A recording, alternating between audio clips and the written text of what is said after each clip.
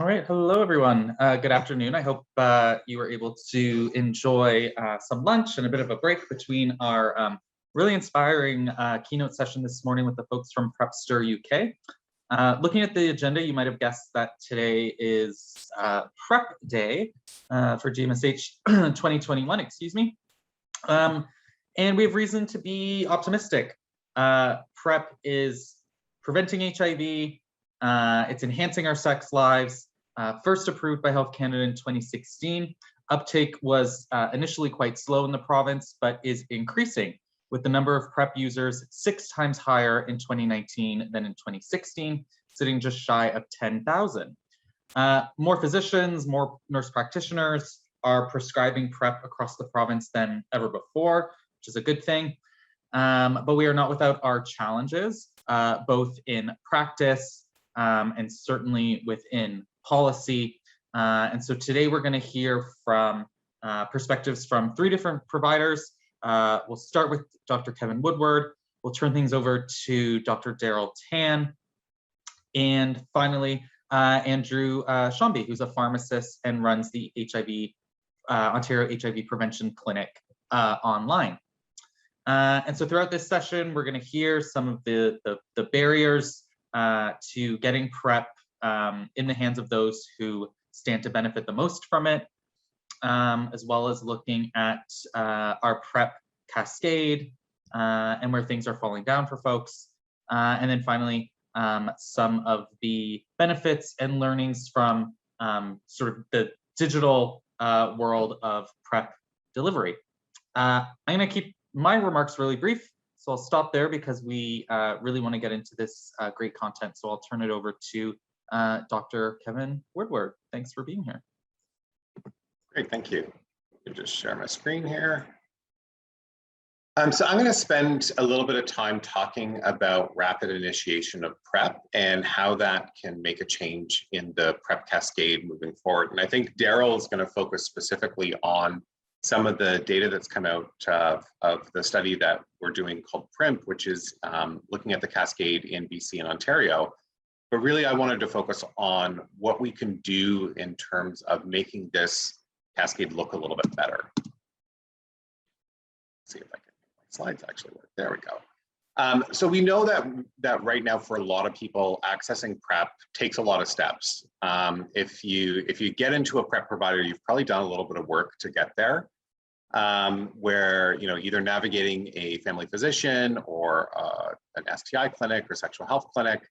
And those different stages and steps can lead to attrition, people who don't actually get onto PrEP who may benefit from it, or significant delays in people being able to start on PrEP in a timely manner. And again, we know, as Dane said, PrEP uptake has increased over time in Ontario, but we also know there's a significant proportion of people who would benefit from PrEP who have not yet started on PrEP and are not able to access PrEP services right now. And in studies of the PrEP cascade, which again, I think Daryl's going to present some relevant data for Ontario, we know that we see drop-off in patient participation at each level of the continuum. So this is kind of what we like to think of as the PrEP cascade as it currently exists. There's identification where either the person self-identifies or a healthcare provider or someone in the community may identify you are somebody who could benefit from PrEP, whether that's through a scoring system or through previous STI or just through a discussion around sexual behavior, which then leads to an offer. Are you interested in PrEP? And then from that point, the person needs to accept the offer and say, yes, I'm interested and I'd like to go forward. And then oftentimes they're referred to an external PrEP provider or to their family physician or to an online resource, but some sort of resource to be able to actually get their PrEP assessment and PrEP prescription. That then requires for the person to actually attend whatever type of appointment we have, do the baseline blood work, do all the testing that needs to be done, and then that person can actually initiate PrEP. And finally, the last stage would be looking at 6, 12 months, 18 months down the road, is that person still retained on PrEP if they would still benefit from being on it. And we kind of like to think of this as a very straight line that's really easy for people to navigate. I think any of us who either work in the healthcare system or have ever used the healthcare system knows that it's actually not the easiest thing in the world to navigate. And there's multiple steps and barriers in place.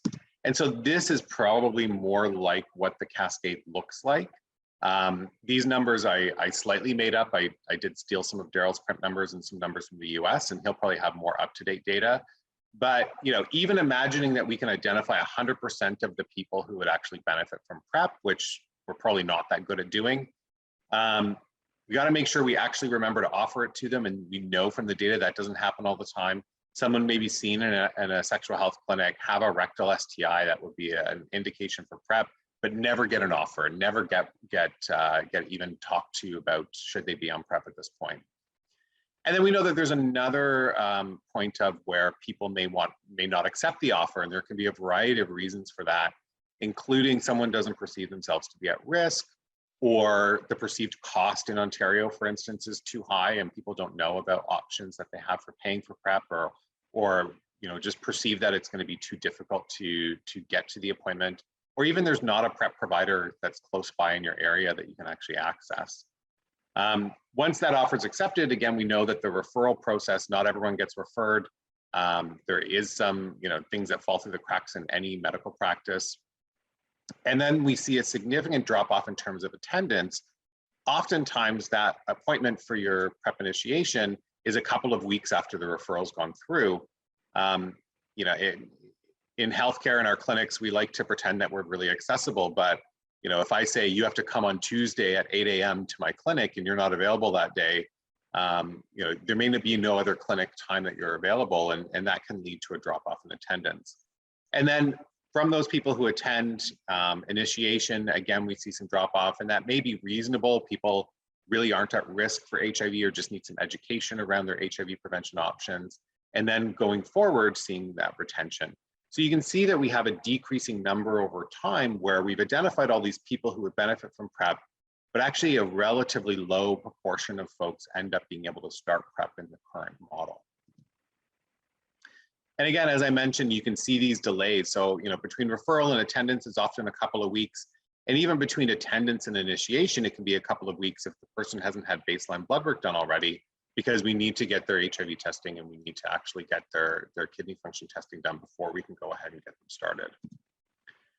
So what we're looking at HQ, and I alluded to this in one of my previous talks, but we're looking at trying to initiate PrEP in a more rapid fashion. And so our primary objective in our rapid PrEP, both study and practice, is going to be to look at PrEP uptake in a same-day treatment initiation setting. And the unique setting that we have at HQ will allow us to do this really within 24 hours for anyone coming through. So we want to look at what percentage of those people are eligible for PrEP that initiate treatment on the same day as their testing. Is that higher than what we generally see in the population for the more traditional PrEP models? And we can do this because everyone will be offered express laboratory testing on site. We'll be able to get HIV tests back within a couple of hours of the person getting their blood drawn. And we're hoping that that will greatly improve PrEP uptake because we're getting rid of those time windows. So if you look back here at that PrEP cascade, we really don't have a window of 1 to 2 weeks anymore between acceptance, referral, and attendance. That's all collapsed into one step. And then attendance and initiation, instead of it being 1 to 2 weeks, it's 1 to 2 hours. And so the hope is by shrinking that cascade down, that we'll actually see more uptake, more initiation, and then by definition, more retention and care. So all of the people who are coming through HQ and going into the study will be given an HIV test, and we'll have the ability to do the 4th generation assay at the clinic. So we're getting a good, accurate HIV test at the time of presentation. And the other thing that is different around this PrEP model is that initiating express testing and thereby initiating the possibility of a PrEP assessment starting on PrEP doesn't require an appointment. So in any of our hours that we're open, if somebody walks in the door and they just want to come for testing, we'll be able to do some screening to see, would this be someone who could possibly benefit from PrEP, and offer them a same day or next day start on PrEP based on getting their testing done.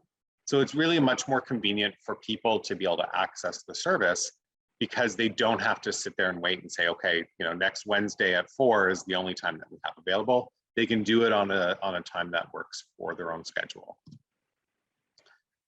So people can actually walk in. We're going to have, as we talked about, our kiosk, which is an automated system.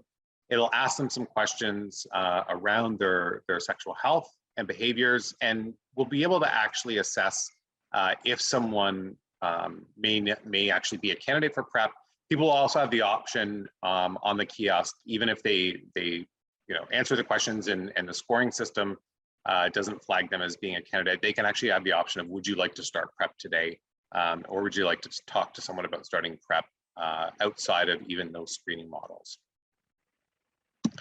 So this is, I think, the screen that we're all used to of the HERE. We actually have a much longer, much more complicated screen, but that tries to get at a little bit more around sexual behavior and sexual risk. But this is just an example of what the screens would look like. This is our programming view, so all those hidden things and all that, it'll be one question at a time. And then once somebody actually goes through the PrEP assessment with a healthcare provider, they'll get their blood drawn, they'll have their HIV testing done, and they can be offered that PrEP prescription really within 1 to 2 hours of coming in. So the way we're sort of envisioning it is, you come in, you do your testing on the kiosk, you get your blood drawn and see a provider. You go for coffee because that's already been kind of 20 minutes, half an hour. You go for coffee and you come back in an hour, and we're actually ready to go to initiate you on PrEP at that point. Same thing. Somebody could say, I can't come back in an hour. I can come back tomorrow during the day, and it's really just walk in whenever you want, and we'll have your results ready for you tomorrow, and you can go ahead and get started on PrEP. So really trying to put some of that power back into the person's hands of being able to do things on the schedule that works for them. And again, we really want to assess the outcomes here. We want to look at, does this modified cascade, or does shrinking those times actually make a difference?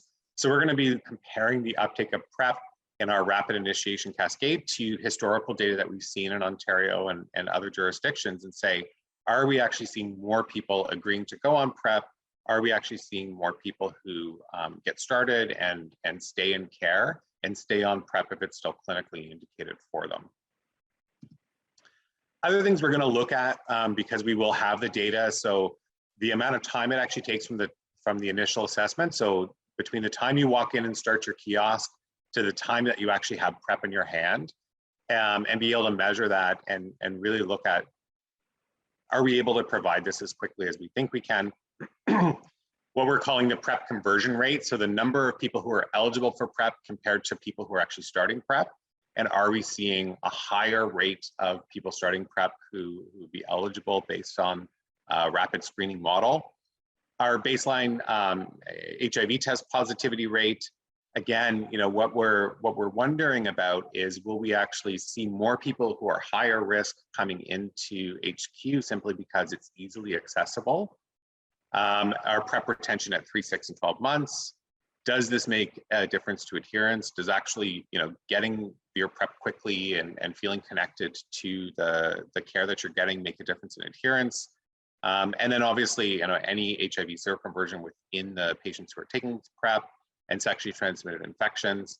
And then the final thing that we actually are interested in looking at is health-related anxiety. So we know that a lot of people experience a decrease in anxiety when they go on PrEP, and that's really from just those of us who work in the field hearing that from patients. But we actually want to do some measures and say, does being on PrEP actually help your overall mental health in relation to your anxiety around your health?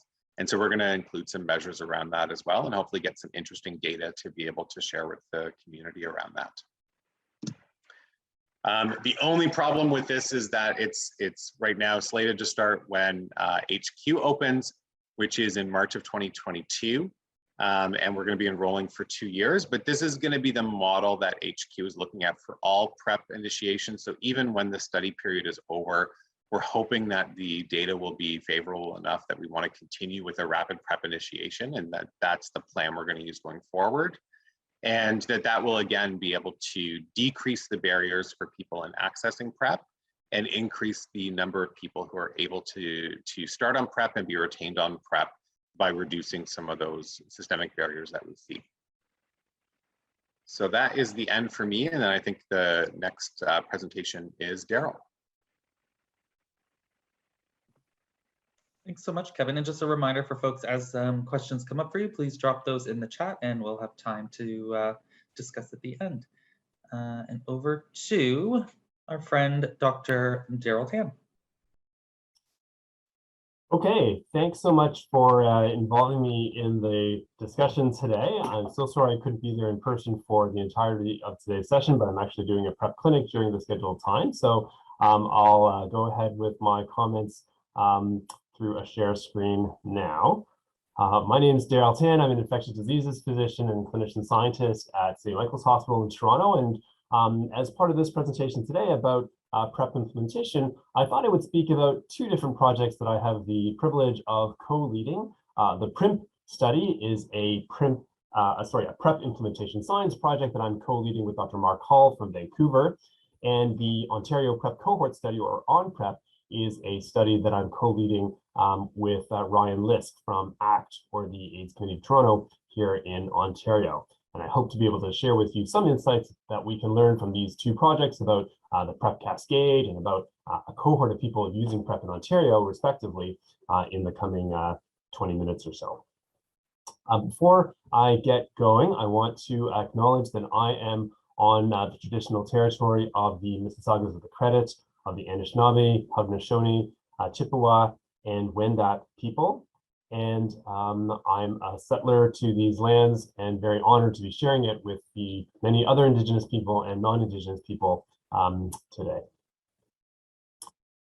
So the first of the two projects I want to speak about is the PrEP project. So this is a project that's really predicated on the idea that we need to be doing a better job of rolling out HIV pre-exposure prophylaxis, or PrEP, because we know it is so efficacious at preventing HIV if we're serious about rolling it out systematically.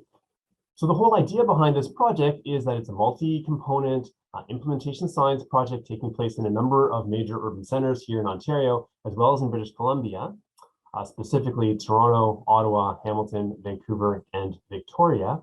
And the idea is that in collaboration with all these amazing other community partners, public health partners, and academic partners, we want to be working specifically with sites that do a lot of sexual health work with gay, bi, and other men of sex with men, GBM, at trying to optimize what we call the PrEP cascade. So borrowing from the use of the cascade approach in the HIV treatment domain, we and others have conceptualized a cascade that looks like this. The idea is that the health system as a whole already has a lot of opportunities to identify, in step one over here, folks who have a heightened risk for subsequently acquiring HIV.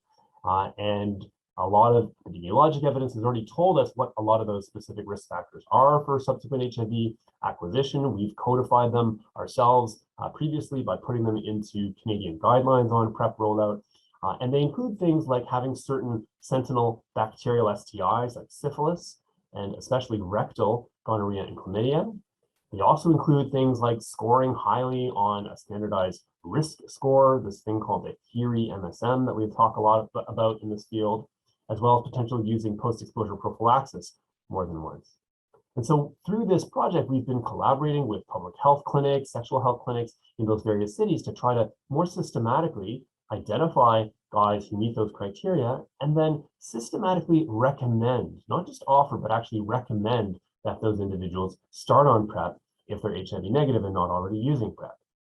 Now, of course, the person may or may not choose to accept that offer in step 3 here, but if they do accept, then the idea is that we would, of course, go on to make a referral to a site that does deliver PrEP if that initial referring site doesn't deliver PrEP itself. But then that person would actually need to show up at that first PrEP assessment or clinic visit, actually start on PrEP and starts in step 6, and then ultimately be retained on PrEP for some period of time. Here we've arbitrarily said, 6 months or so as an initial measure of actually staying on PrEP and deriving the benefit from it. So we've actually been working with a number of different sites programmatically on rolling this out since the end of 2018 through this team grant. A lot of our work was, of course, rudely interrupted by another pandemic, but we've been collecting data all the way along to see how we've been able to do with the rollout of this systematic offer. And I think it's really important to emphasize that the emphasis was on making this offer more systematically, this recommendation that folks actively go on PrEP.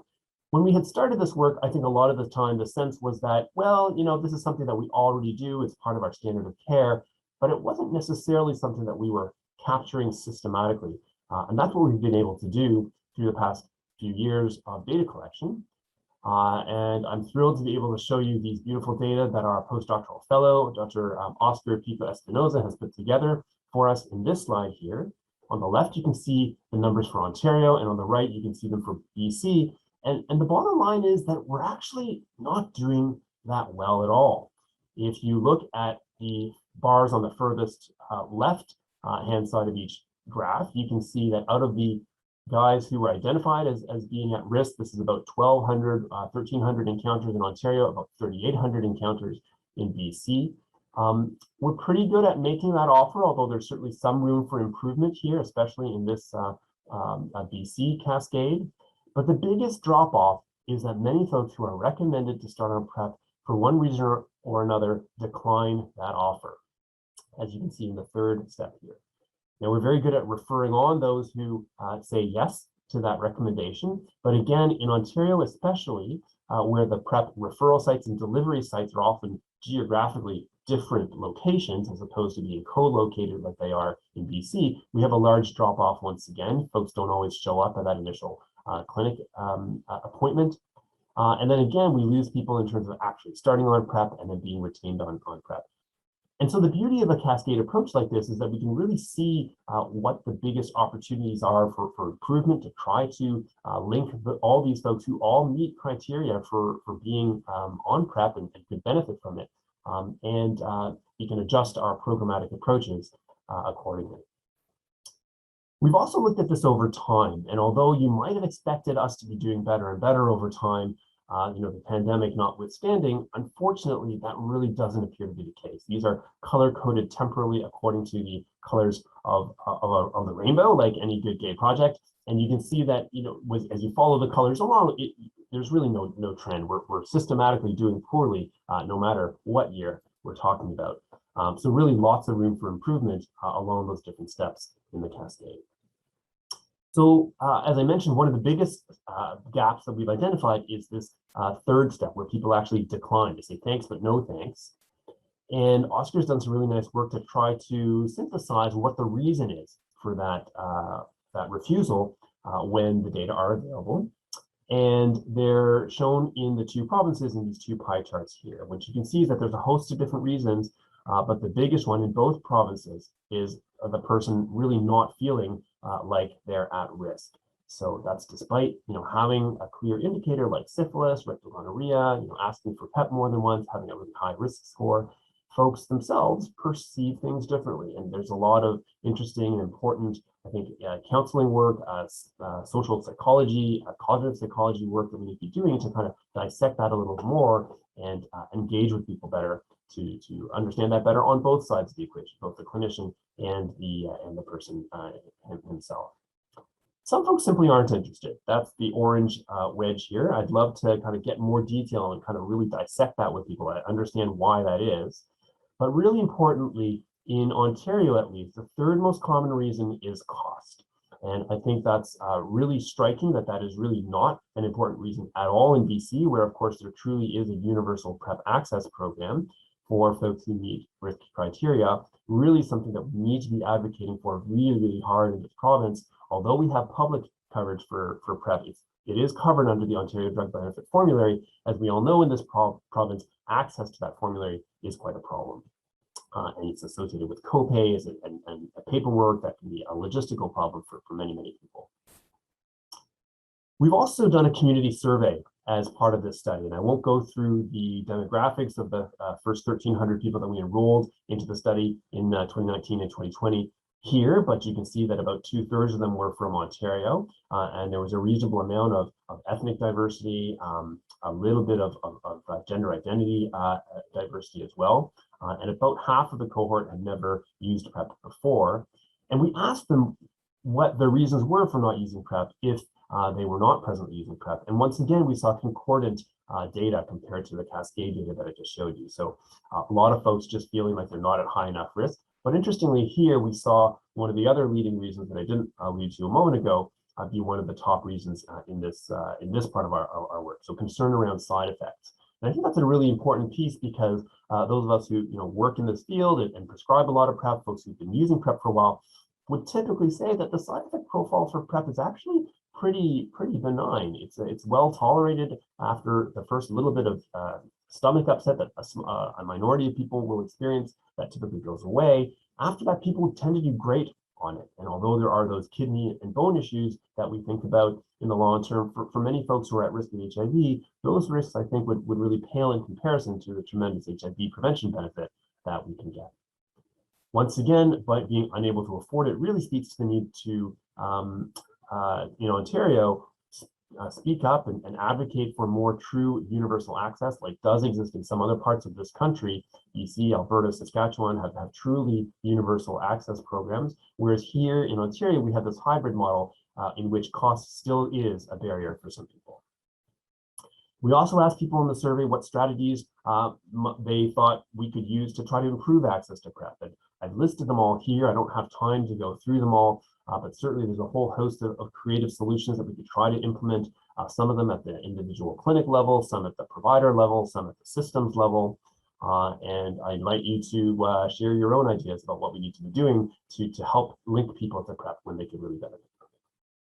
So where do we go from here? These are just some of the preliminary findings from the PrEP study. We've also got qualitative, economic, and mathematical modeling projects lined up within it. But clearly at the policy level, we need to be advocating for universal coverage for PrEP in Ontario, at least in my opinion. And I think we can really optimize some of our referral pathways in Ontario through the co-location of PrEP screening and actually delivery services.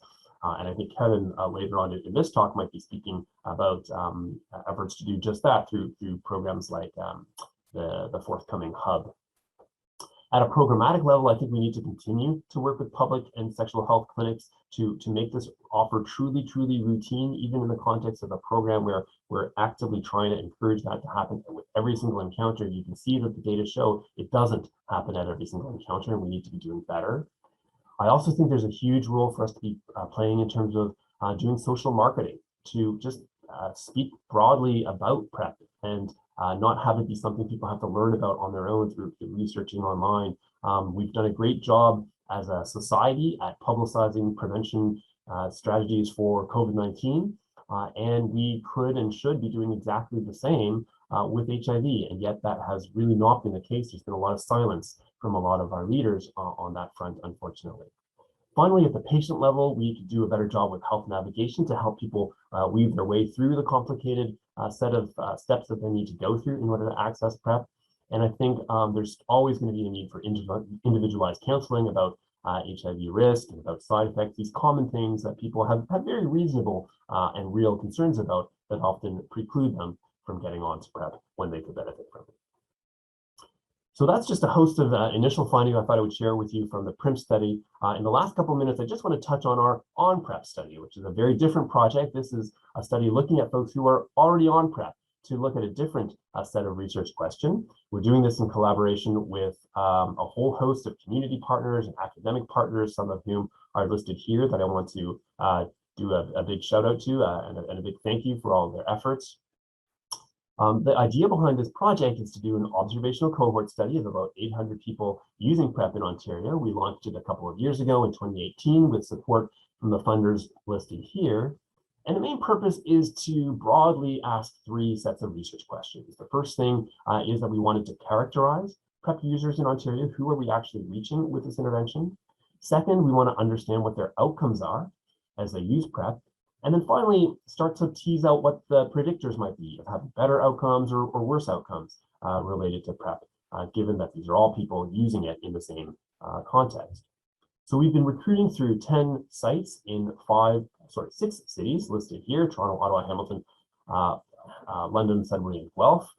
There's also a component of community-based recruitment, and if any of you are interested in getting involved in helping us to recruit people in your community, especially if you're not listed in this list of 6 cities here, I would love to be in touch. Here is a list of some of the outcomes that we're asking people to report on. Specifically, we look at a number of biological outcomes like HIV infections, of course, PrEP effectiveness, but also bacterial STIs and side effects. Behavioral outcomes like facilitators and barriers to adherence, changes in sexual behavior, experiential outcomes, which include things like stigma and sexual pleasure, and then healthcare related outcomes like how long it takes you to get to the clinic, your engagement in healthcare, etc. We do all this by recruiting people who are either already using PrEP or just about to start PrEP, and then imagining that they typically have PrEP care appointments, whether in person or virtual these days, every 3 months. The cohort study asks them to complete a questionnaire at baseline and then every 6 months thereafter for a total of 2 years. We get the data through these questionnaires that are sent to people electronically through email, as well as through the clinic staff completing case report forms about their clinical outcomes. We're also collecting some hair samples to be able to potentially do drug levels on some of these participants in the future, and then we're linking with Public Health Ontario lab data to ascertain HIV and STI data a little bit more reliably. And that public health data linkage has a bit of a look back and a look into the future period, even outside of the period of active follow-up in the study. So here's a quick glimpse at the folks that we had enrolled as of last October, October 2020, where we had enrolled about 600 individuals. We're now up to about 650. You can see that most of the folks peak in their 30s in terms of age, and there is a huge predominance of males, particularly cisgender males, although we are making active efforts to also enroll females, including cisgender and transgender females and transgender guys as well. There's reasonable ethnic diversity within the cohort, although we still need to be doing better, particularly trying to enroll a good number of African, Caribbean, and Black individuals, as well as people who identify as Indigenous. So again, that's a set of our priorities for the remaining enrollees. And what I thought I would do is just share with you a couple of findings, preliminary findings that a couple of trainees have been working on and actually just presented last week at this Lisbon International Association for Physicians in AIDS Care, or IAPAC conference. The first one was by Lauren Taylor, who did an analysis of the prevalence of coexisting or typical syndemic conditions among people at baseline in the cohort. And what she found was, not surprisingly, that the prevalence of conditions like depression, harmful alcohol use, problematic drug use, potentially childhood sexual abuse, and intimate partner violence were all very high, perhaps with the exception of that last one. And building on the prior literature in the HIV world about the potential interplay between these many conditions and the potential synergistic effect that they had on increasing people's HIV risk, particularly in GBM, we try to quantify the burden of these conditions through this syndemic count variable, basically counting up how many of these conditions people had. And you can see that a good quarter of people had not zero, not one, but actually two of these conditions, and a smattering of folks had more than that. So not surprisingly to the GMSH, of course, these issues are common in our communities, and they really could be important predictors of outcome. That's something that we'll be looking at in the future and really warrant our ongoing attention. She also did some analyses to see how closely related they were to each other. So this little graph or chart here shows you the odds ratio for the association between these different conditions. So anything greater than 1 suggests that there is a relationship between those two conditions.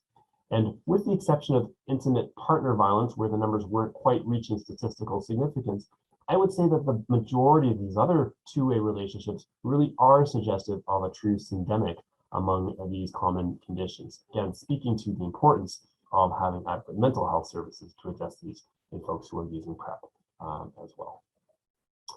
The other presentation that went into the Lisbon meeting, which I'll finish with, was done by Adrian Foster, looking at the data that we've collected on PrEP stigma in the cohort study. And it builds on a theoretical framework about stigma that suggests that people can experience stigma in different ways. Of course, people can have no stigma, but they can also experience enacted stigma. That's when someone actually experiences prejudice, discrimination, and stereotyping related, in this case, to their PrEP use that is harmful. But there can also be an experience of stigma that is related to the anticipation or expectation of having that kind of negative response from someone in the future. And that sort of experience is also really important and could theoretically impact on someone's experiences with PrEP. So through our study, we're actually able to look at people's trajectories or experiences of these different types of stigma over time, because we ask people these questions at different time points, specifically at baseline and then 12 months later, and then 24 months later. And what this final complicated image is trying to show you is that when we color code those different types of stigma as green if someone's had no stigma, yellow if they're having anticipated stigma, and red when they're experiencing enacted stigma, you can see a number, in fact, 7 distinct trajectories or experiences of stigma over time. The most common are these first 3 in which people either experienced no stigma at all, that's the huge swath of green here, so that's a good thing, or a number of people started off either anticipating or experiencing stigma, but then over time that leveled off, that went away over time. So you could also consider that as a positive outcome. But the other 4 trajectories, which I won't read out in detail, they're mixed in here at the bottom, and although they represent a minority of the participants, roughly 15 or so % overall, they do represent people having important experiences of either anticipated or enacted stigma over time. And it really speaks to the fact that despite it being 2021, it being over a decade since we've known that PrEP works, we think that we've kind of gotten over the hump of PrEP being so stigmatized. These days, PrEP stigma is alive and well, unfortunately, and really something we need to do a better job about. So I'll finish here and just encourage those of you who are interested in this area to get in touch. I think there's lots more that these data can tell us, and we're just in our infancy stage of analyzing the data to understand what's driving differences in outcomes, to understand what the real world experiences and needs are of people using PrEP with regard to all these domains. And I will be joining you live, I hope, for a little bit of Q&A if there's time today, or if not, please feel free to reach out. This is my email, and this is our lab's website. So thanks a lot again for the opportunity to share with you today, and I look forward to interacting lots in the future. Last but certainly not least, and I think he's actually joined us, we have pharmacist Andrew Shamby, who is going to be sharing his efforts along with his team to increase access to PrEP via digital tools and their work through the Ontario HIV Prevention Clinic.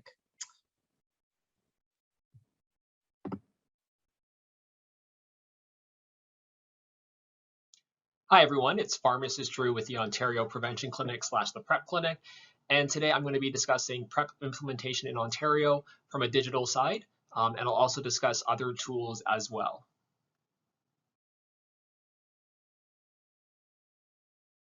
So today I will discuss various digital platforms and how they work. So how do people access PrEP online, the strengths of an online program, limitations and challenges, and I'll also share some learning points that we've learned over the last couple of years in this space.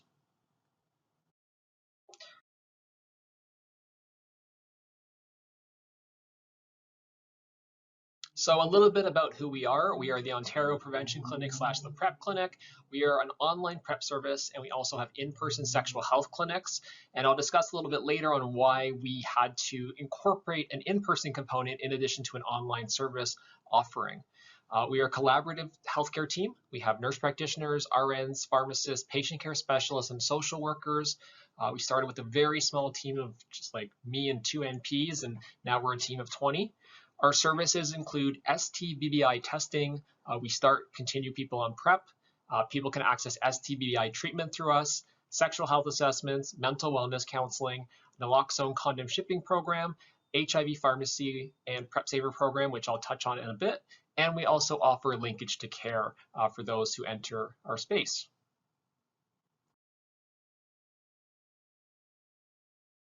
So we launched the province's first Ontario-wide online-based PrEP service back in 2019. And since then, several other online providers are offering PrEP care as well. In general, the service typically is delivered through phone or video-based appointments to potential patients. So the general flow to access PrEP online through most providers is the patient would first book an online appointment. It could be through video or phone, and booking that appointment would be either in a web browser or in an app such as ours, like the PrEP Clinic. Then the individual would have a chat with a prescriber, so a nurse practitioner or a physician who would go over things with the patient just like they would in person. And then the patient would go to a local lab to complete their requisitions that would be provided by that provider. Once the lab work comes in, they're followed up with, and then the pharmacy gets things ready for the patient, discusses all counseling points, coverage and things like that, and gets things shipped out to the patient. Then every 3 months, that patient would get their lab testing done again, and the cycle repeats itself. So to provide some real world implementation and what online PrEP services can do, I'm using us as a template because we have that information. So since opening in October 2019, we have initiated over 1,200 people on PrEP in the province. Thousands of HIV tests have been completed, as well as STI testing. The bulk of our patients would not be on PrEP if our option did not exist, mostly because they either don't have a care provider, they don't feel comfortable going to the one they may have, or they just weren't really aware of things and we were able to reach them through this channel. Over 75% of our patients are actually first-time testers, which was very surprising to me, or they had their last testing over a year ago. So definitely reaching a lot of folks who not just only were at high risk where they needed PrEP, but also really needed to get testing. Majority of our patients are in the GTA, the 905 and Ottawa regions. However, we do have some suburban rural areas with good uptake. Ultimately, there's obviously a lot more people in the GTA, in the 905, in those regions, so it's not surprising. Something a lot of people ask when you're in the online space is, how do you reach people? How are people finding out about you? How do people trust to start PrEP online? And I will say trust is very, very important. It's crucial in this space. People want to know that they're dealing with real people, real professionals, and people that they can get their healthcare from. Online ads can be effective, but it's not really the sole way to reach people for two reasons. One, people don't necessarily listen to ads or they don't trust them. And two, that person may not be at a stage where they see that ad and they just want to start PrEP. A lot of online PrEP ads are really targeted about getting people, start PrEP today, get started now. But a lot of people aren't necessarily at that stage where they're ready to just start. So for us, the biggest growth and the way for people to start PrEP with us is really referrals. So referrals from care providers, government agencies, a lot of public health clinics have referred their patients to us. ASOs, super crucial, very influential, and health leaders as well. Most of our patients have started because they heard about us from someone else. So 65% of our patients are with us because someone told them, hey, Ontario Prevention Clinic, this is where you should go. 35% was from online engagement, so just running ads and people seeing us. So there are many strengths to offering PrEP services in an online digital platform. The first is that you can reach a very wide audience very easily. So instead of if you have one, physical location somewhere and helping that area, now you can help people all over the province. You can reach people in Thunder Bay and Windsor and everywhere in between. You can provide fast access to getting started because you have care providers who are often working remote and online. You have people who are working in the morning, the evening, the daytime, and also on the weekends. So it's not unusual for someone to call us and we can get them on an appointment that day or the next day. After hours support. So generally when someone is accessing care, you usually have to wait. You need to book an appointment with your provider, often Monday to Friday, 9 to 5 situation. With us, people are always connected to a healthcare professional 7 days a week until midnight if they have questions or concerns. So that is definitely a strength.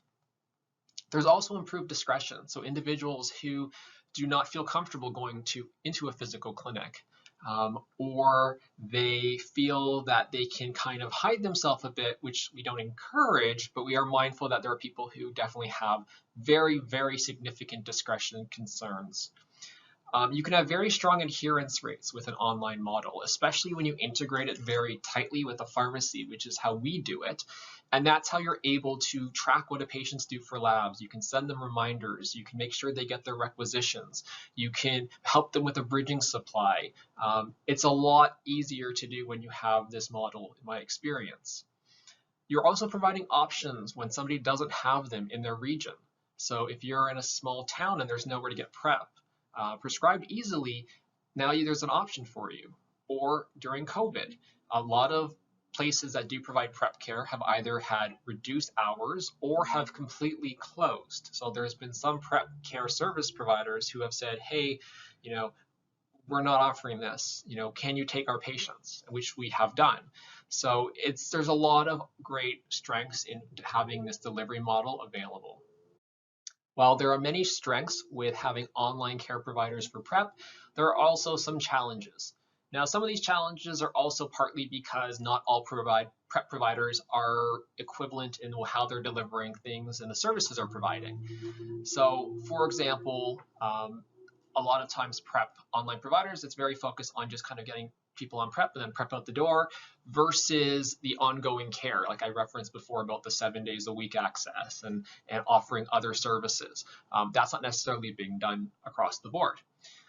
The other thing is testing. One of the challenges with having online delivery of testing and having patients go to local labs, at least from an Ontario perspective, is they are not getting sexual health swabs done generally if they're doing PrEP online. We have always made sure our patients access that. We actually send our patients swabs for self-collection. There's good data that is fairly accurate, and our patients have navigated that very well. One of the challenges, though, is you have a bunch of folks who are getting PrEP online, don't realize that these swabs even exist because a lot of these patients are new to testing and care in general, and they get false confidence of their STI status. So they're thinking that they don't have rectal chlamydia or throat gonorrhea, for example, and then are telling patients, oh, I'm on PrEP and I'm tested and I don't have any STIs, which is not the case. STBBI treatment may also not be optimal. So individuals, as we know, if you're getting treatment for syphilis, we do injectable penicillin. If we're doing treating gonorrhea, we're looking at injectable ceftriaxone. If you're doing things online, you have to navigate that. You need to figure out where that patient is going to get that care. For us, we've navigated fairly well because we have launched our in-person services. We also do reach out to their local care providers, and we do find people who can treat them. So we don't just tell patients, oh, figure it out. But I do know that sometimes when people are accessing care online, whether it's through a PrEP provider or even just a general online care service, if the person has, potentially gonorrhea, they're likely going to be ordered pills because it's more challenging to navigate an injection, which is not optimal. Many patients will prefer an in-person experience. So even though online works for a lot and it's great and some people find it really convenient, there are some people who it just doesn't work for them. They don't feel comfortable with that model, and we've learned that. And that's part of why we have done what I'll explain in the next slide. Lab work access is a problem for people because if you do not have a lab in your area or the hours are poor in relation to, let's say, your employment, or if you have don't have a health card, what do you do? Now, granted, these are challenges even if somebody's getting PrEP in person through their provider, but these are legitimate concerns that do act as barriers to being able to start and continue the medication. And ultimately, one of the biggest challenges, especially for us, is we are a team that works with nurse practitioners. NPs in Ontario, they do not bill OHIP. So to sustain this, it's very, very expensive model to allow us to provide this care. And it's whether this is something that can be sustained long-term and with larger and larger offerings is questionable. So in response to some of those challenges, we initially launched online testing for anyone. So we didn't make it PrEP specific, and it allowed people who were higher risk to get testing access. And we could also eventually have that conversation with them about PrEP, especially if an STI popped up, like rectal gonorrhea or rectal chlamydia, and explain to them risk and why it might be something they should consider. We also later on opened in-person clinics in Toronto and Ottawa because we had a lot of patients in those regions, and there were a lot of folks who did not feel comfortable with an online model, or they did not have a health card. So through our in-person services, we were able to provide them with assessments, treatment, testing, and everything at no cost to them, even if they don't have a health card, and also a space where they maybe felt safe to come to if they preferred somewhere in person. I wanted to touch base a little bit on our Toronto site specifically, that while we do obviously offer online-based services, there were some interesting learnings in the Toronto site. We provided a walk-in sexual health and PrEP clinic, and it started as one evening a week. And that was to try to reduce barriers of access from a scheduling perspective so people don't have to book, and also to provide a service at a time of the day when you typically wouldn't have access to that type of care. We later switched to 2 evenings a week, and then now we do walk-ins and booked appointments 3 days a week. Those services include testing, assessment, and when I say testing, it's in-person testing, complete testing, STI treatment, we do vaccinations as well. And with this service, we're able to see up to 100 people a week in person. It also has provided a really good location for us if we have patients in the area who maybe they're getting their PrEP online and they're doing all that and that works for them, but what happens if they need treatment for an STI, or they're having symptoms and they want to see someone? So it gives them that additional options to kind of have a hybrid option of online / in person. We have also noticed that quite a lot of folks come to us from distances that are not in our immediate area. So we've had folks, I'd say up to an hour away come to us. So Hamilton, Barrie, Pickering, and then kind of everywhere in between. So York region and Peel and other areas as well. I'd say 25% of our patients are going to start PrEP or are PrEP patients coming in for care. 75% are just coming for testing. A lot of those patients who are coming in for testing, we certainly advise them about PrEP, and some of them will return later for future testing or future consideration to start PrEP. One thing you will find with some online providers is there will be patient assistance programs because when we're providing, reducing barriers to access, one of those barriers isn't just online access or prescribing access, but also potentially cost. So cost and perception of cost is a consistent concern with patients. With us and with some other online providers, you are going to find internal patient support programs that will help with the cost and affordability of the medication. So what the goal is basically to ideally reduce or prevent any out-of-pocket costs, and the majority will pay zero with these programs. Obviously, having this kind of program that reduces barriers drastically improves adherence. So some learning points that have come up over the last couple of years and have really resonated with us would be the following. The first is that apparent access does not equal access. So just because someone has a clinic near them, even physically, does not mean they will go there. So one thing that was very surprising when we opened was we saw some people who lived in parts of, for example, Toronto, that had a lot of access literally on their street to care that started with us or were very high risk for a while and had never thought about it. So that was very surprising. STI testing and PrEP access are really good times to get people started on PrEP and to encourage that. So us offering not just PrEP services, but also testing services for anyone have been a really good opportunity to have those conversations and encourage engagement with individuals who maybe didn't realize or aren't even thinking about PrEP, or it's not on their radar. Patient support programs are crucial. PrEP is very expensive, even if someone has coverage. Trillium, people have very high deductibles, and even $20 a month can be very impactful for folks. So it's really important that there are programs available for that. Online services are just a tool in conjunction with in-person care, okay? So we've learned that online does not completely replace in-person. That's why we've tried to mitigate that by having some in-person services as well, where we do have a larger patient populations. But it's important to be mindful that it is not an end-all to be-all. And online services are not appropriate for everyone. Some people will not access it that way. So even if it's available, it does not mean it's going to work for them. Thank you so much for joining my presentation today. If you have any questions or feedback, we try to be super accessible. You can text or call us 416-420-1250. Our website and email are up there. That's my email, at least to me. And if you want to see kind of what we're up to and what we've been up to, you can follow our social channels at the PrEP Clinic or Ontario Prevention Clinic / the PrEP Clinic.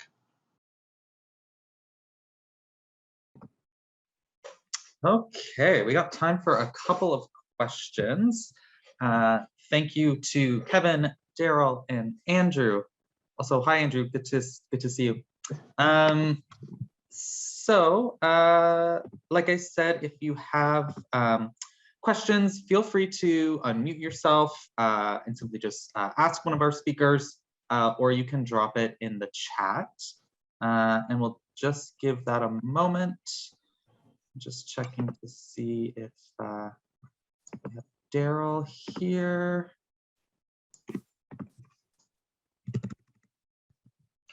So maybe I'll start. I have a question for Kevin. Speaking about rapid initiation and access to PrEP, I wonder like what lessons maybe we can learn from similar work to speed up access to HIV treatment for PAUSE folks and how that applies. Yeah, so I think, I mean, the biggest thing that we know from the rapid HIV treatment initiation programs that have happened in San Francisco and other areas is that it does increase adherence, it does increase people's connection to care. And that really, when you look at the data that's come out of those studies, that the patients actually feel much more connected to their healthcare provider because they had the ability to start on therapy right away. And so for HIV positive patients, when they come in and, you know, especially now what I'm seeing in my HIV clinics is people just want to start on therapy right away. And so giving people the option to be able to start immediately, you're sort of affirming what their desire was coming in to see you. And I think with PrEP, it's probably quite the same. We don't really know because we haven't actually done this kind of a project. But I think a lot of people, when they are coming to a PrEP provider, whether that's in person, online, whatever it is, they want to start now. And so the more barriers and the more delays you have, the less connected you may feel that you know, your desires were taken into account.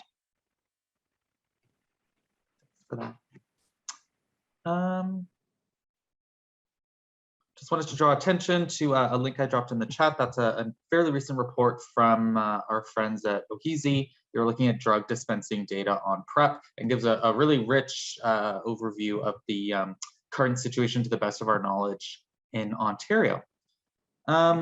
Question for you, Andrew. You know, we're seeing, like, I think, you know, COVID has only sort of propelled this, the delivery of HIV and STI related care, you know, online and in different settings than perhaps what we've seen historically. And so in one way that presents perhaps a particular set of challenges for ASOs who want to engage and provide services to gay men, but could also be really complementary. So I wonder if you could speak to some of your partnerships, collaborations, work with some of your ASO colleagues. Yeah, for sure. So when we were initially opening our in-person services, which we realized was essential very early on, we opened our first satellite location was in Ottawa. So after Toronto, which we kind of did internally, we collaborated with the AIDS Committee of Ottawa. We were looking to regions where we definitely saw we had a lot of patients kind of that would need care and where there's a lot of people who still could have access. And we were advised by, you know, the organizations out there and public health out there that there were still challenges to accessing PrEP. So we collaborated with them to open the clinic. Essentially, it's very mutually beneficial. They get to help their community. They provide us space. We support them with the services. So it's obviously our team that's there. So we're, you know, covering the lab expenses, the marketing for it, the nurse practitioner, the nurse to be there, and any team members who are operating it. So it's worked pretty well. We initially kind of started with by appointments, and now we've gone to walk-ins. So we had our first walk-ins last couple of weeks, and they've definitely picked up. Walk-in works so much better for these types of clinics than bookings. And we actually are going to be opening another site. It's a surprise in November with another AIDS service organization reaching another area where we noticed we had a lot of patients and where it seems to be underserviced. So it really works well, and it works very well too because the ASOs have that credibility and that respect and that trust, so that they are, their patients, sorry, I say patients, or clients, sorry, pharmacist brain, their clients, know where to go, and they know that they can trust that space. So definitely looking forward to that. Yeah. That's really wonderful. Thank you. And I think it's actually a fabulous segue into our next session, where we're going to hear from folks working on the front lines, members of our alliance, and their work locally to educate and create points of access and engagement around PrEP. And looking at the time, it's going to happen right now. So I'm going to turn my camera off because I am not hosting this session, and I'll turn it over. I'm sure we'll get started within the next couple of minutes or so. So take a quick break. Thanks again for joining us, and look forward to the next session. I will add one thing. Anyone involved in any ASOs is interested in potentially collaborating on a site for their area, and they feel that there could be demand and it would be something that would be beneficial to their community, definitely feel to reach out to me. I'm definitely open to exploring additional options post the second one we're opening in November. Beautiful. Yeah, no, absolutely. And we'll send, we'll share, with permission, we're happy to share contact information and links and resources from all of our sessions over the last month. Those will be on their way post-conference. Thanks.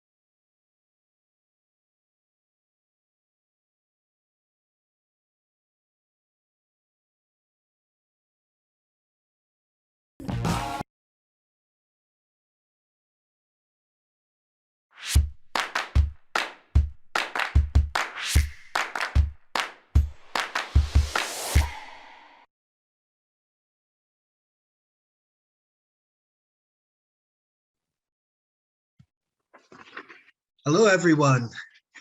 This was a tight squeeze. Hello, everyone. I am Eric Peters, moderator for this session, along with my colleague and co-moderator, Christopher Malay. A lovely afternoon to you all. It's appreciated that you have taken the time to spend the next hour with us to hear the work that is being reimagined and being transformed across the PrEP landscape in Ontario. Since PrEP was first approved in Canada in 2016, it has been and continues to be a formidable tool in the fight against HIV prevention. Though sound clinical data has proven its efficacy, the response on the front line has experienced many challenges and barriers to reaching and engaging two-spirited gay, bi, trans, and queer men, specifically racialized, Indigenous, and those who live in rural communities and those on the margins of society. In this session, our Alliance members from London, Niagara, and Ottawa regions will present how their community response is affecting change and shifting the pendulum to achieve successes with PrEP uptake and access through community engagement strategies that enhance greater connection with LGBTQ+ men rurally. Also, how they've had effective partnerships with public health units and nurses. Their game-changing online methods of adapting to the times during COVID-19, and the findings of a roundtable discussion regarding exploring the HIV prevention needs of young adult ACB gay men. So before introducing the panelists, please note, to allow for a smooth flow and in the interest of time, the question and answer period will be facilitated upon completion by the three panelists. Each presentation will be around 10 to 12 minutes. We ask that you write your questions in the chat feature and will be monitored by Chris. Likely you have the best seats in the house, so I encourage you to sit back and relax to absorb the information that will be presented by Ahmed Musalimani, Daryl Dyball, and Greg Owens. Starting us off is Ahmed. Ahmed, welcome. Thank you so much, Eric. So first, I just like to begin by acknowledging that I'm joining you as a settler from the traditional, unceded, and unsurrendered territory of the Algonquin and Anishinaabe people, who are the stewards of the Ottawa River and its tributary valleys for at least the last 8,000 years. Now, like me, many newer immigrant settlers in Canada come from places where European colonialism has impacted the lives of their families going back generations. And so I recognize that my presence here upholds colonialism and reproduces the dispossession and violence of the Indigenous people. And it is vital that we not only recognize the effects of our presence here, but that we commit to work, learn, and prioritize improving the conditions of the Anishinaabe people in Ottawa and the Inuit, Métis, First Nations, and Indigenous people from across Stewart Island. So today, so I wanted to talk about a particular project that Max has been working on in terms of learning how the community is understanding PrEP and how to access it. In particular, there's a project that my colleague, George, who is our sexual health and programs coordinator, has been conducting these community roundtables for African Caribbean and Black community members, African Caribbean Black guys into guys. And just sort of to understand their access to sexual health and harm reduction services and get some feedback, in particular in regards to PrEP access. So my contribution to the panel today will kind of focus on this direct community feedback and some of the recommendations that were made.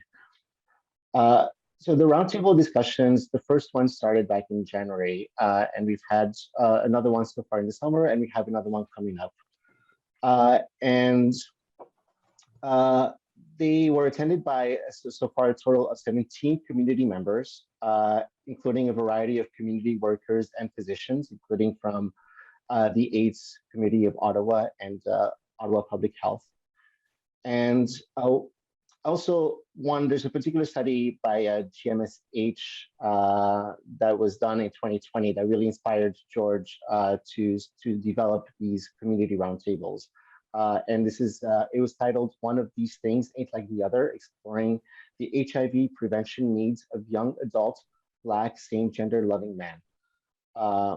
And I'll put a link for it here because it's actually a really great report. But here we go. Sorry, Ahmed, I just about for you. I'll share the French one as well. Thanks. Oh, you did? Okay, excellent. Thank you so much. You're so on it. Thanks, Dean. So just in terms of the title of that particular study, when we refer to same-gender loving men, same-gender loving is a term that was coined by activist Cleo Manago in the 1990s. And it was sort of as a culturally affirming identifier for African-American homosexual community, because the terms gay and lesbian are quite Eurocentric, not just in terms of a label, but also just kind of the social practices of those communities. So going back to the roundtable, the participants of these two roundtables, so far we've had 71 of them identify as gay, 17% identifying as bisexual, and 12% identifying as trans. Also, good to note that 75% identified as newcomers or people with newcomer experience, meaning that they've been in Canada for less than 10 years, and some as recently as 2 years. And so we started with asking participants about their general knowledge about PrEP, what it was, how to access it. And some of the feedbacks included statements like, I've heard of it, but I'm not sure what it is. I know that it's HIV medication, and it's a prevention tool, but I don't know how it works. Participants were also followed up with specific questions. Well, they followed up with specific questions like, can PrEP be used as a substitute for PEP? Do you need to be on PrEP if your partner is HIV positive? One participant already was on PrEP before coming to Canada and found it very, very challenging to get back on PrEP once arriving to Ottawa. So the consensus here is that there is just kind of a lack of knowledge about PrEP from the majority of the participants. And that is due, according to them, to a lack of safe and affirming spaces. Most of the participants like to prefer getting healthcare from their general practitioners as opposed to having to access the sexual health clinic. The issue that they run into is that they share their practitioners with their families. And so there are issues of privacy, and there are definitely issues of stigma at play. That's also because they find, in terms of Ottawa specifically, that the sexual health clinic is inaccessible in terms of just location. There used to be gay zone, but that closed down. Well, it's just removed back to the sexual health clinic during the pandemic. And so there's some confusion about when to access sort of specifically queer-friendly services, and they just don't feel really particularly cared for in terms of their sexual health, just because of fear of addressing those issues with their general practitioners. And one participant in particular was sort of explained his stigma as sort of the way he experienced his own healthcare back at home was incredibly homophobic and queerphobic. And so he's really kind of internalized that and projects it onto the healthcare system here, regardless of sort of any experience that he's had. So he's already fearful of actually approaching any healthcare provider for specifically any sexual health issues, just from that deep-seated fear that resulted from his experiences back home. So of course, shame and stigma were identified as major issues in accessing prevention and treatment supports. Because of these levels of kind of anticipated and internalized anti-Black racism and homophobia that are kind of reinforcing each other. And that's on top of the societal and institutional and systemic manifestations of heteronormativity and white supremacy. But really kind of this lack of, there's also kind of they identified a lack of information being given to them from their practitioners. So for those who are accessing sexual health through either the Ottawa Public Health or through their healthcare providers, they're finding that they're not getting the same amount of information that their white friends are, in particular around PrEP. They find that there's already kind of this assumptions being made about them due to anti-Black racism. And because of that, the doctors or the physicians are not really promoting or recommending the proper prevention strategies, including PrEP. They really only sort of recommend condoms, or they talk about sort of their sexual lives in terms of abstinence and frequency.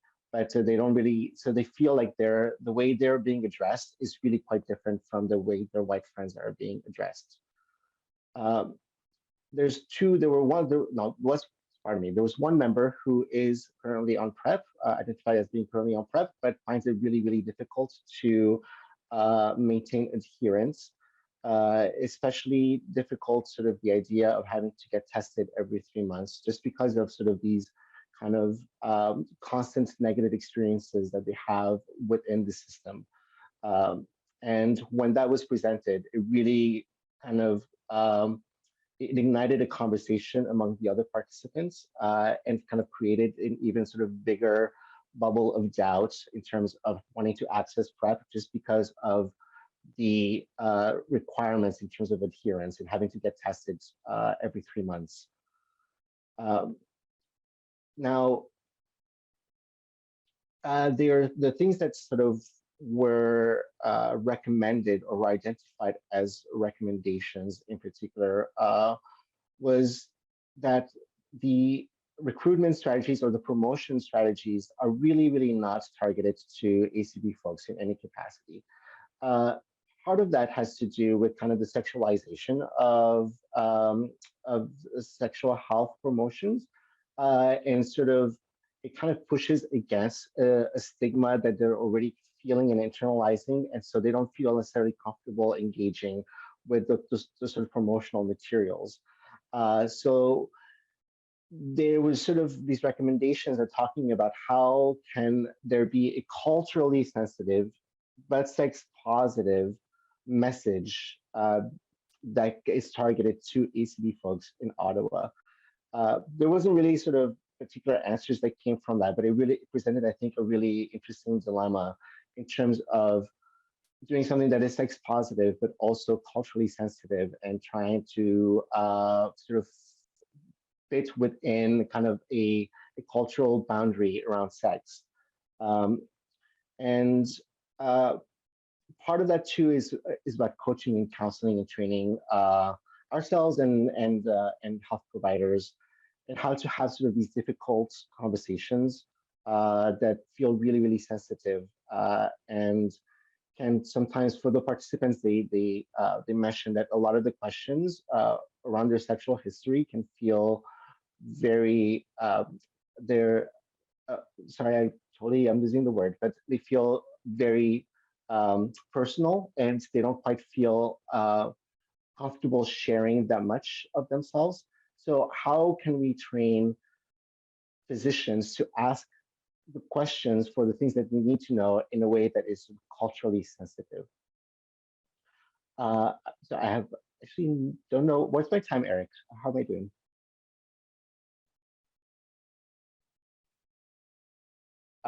Well, Go ahead and finish up. You have a few more minutes. Yeah, as we started late. All right. All right. Thank you. So there really, really needs to be kind of just a general understanding of how do we translate our services, our promotions, and the way we talk to ACB guys into guys about their sex lives and about PrEP in particular, because even sort of when the one member talking about his own PrEP use sort of talked about it quite openly, it did not create a sense of comfort or sort of wanting to find out more. It sort of created a sense of nervousness just because of all of the requirements that go along with it. But one of the things that was identified was sort of the need for ambassadors, for cultural ambassadors and mentors within the community. So people who are on PrEP, people who do access sexual health services on a regular basis, how can we as Max Ottawa or as other community organizations, how can we train these folks to be community ambassadors, to become peer leaders in their communities? And that is sort of really the biggest recommendation, and sort of I think the one that we're taking on, and George for sure is taking on at Max in terms of being able to deliver that.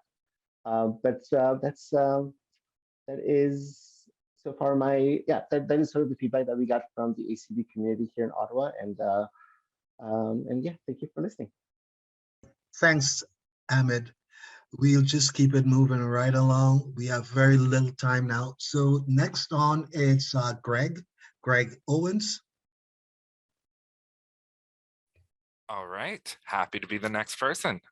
So hi, everybody. So my name's Greg Owens. I work as the Men's Sexual Health Outreach Coordinator with Regional HIV/AIDS Connection in what most people know today as London, Ontario, but it's been long known as Deshkenzibing, which is, of course, a location with long-standing relationships of First Nation groups and that particular land.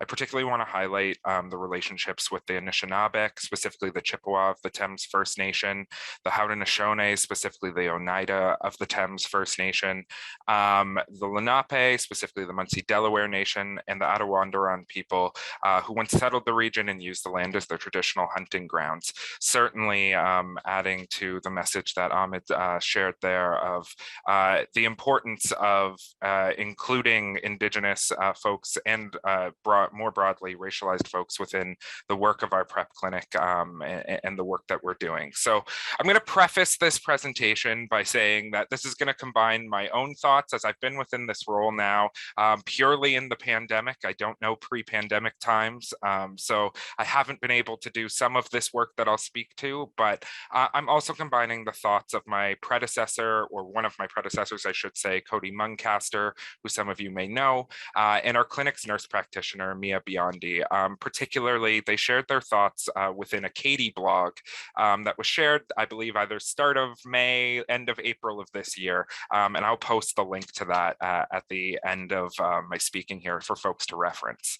So I wanted to start by giving a brief introduction of how our PrEP clinic came to be. So specifically, we run a PrEP clinic in conjunction with Specialty RX, which is a pharmacy, and we offer this as kind of a self-referral HIV prevention clinic. So folks may remember back in the fall of 2017, when the province of Ontario added PrEP to the Ontario drug benefit, kind of, always forget the word, but the set of drugs that are covered within there.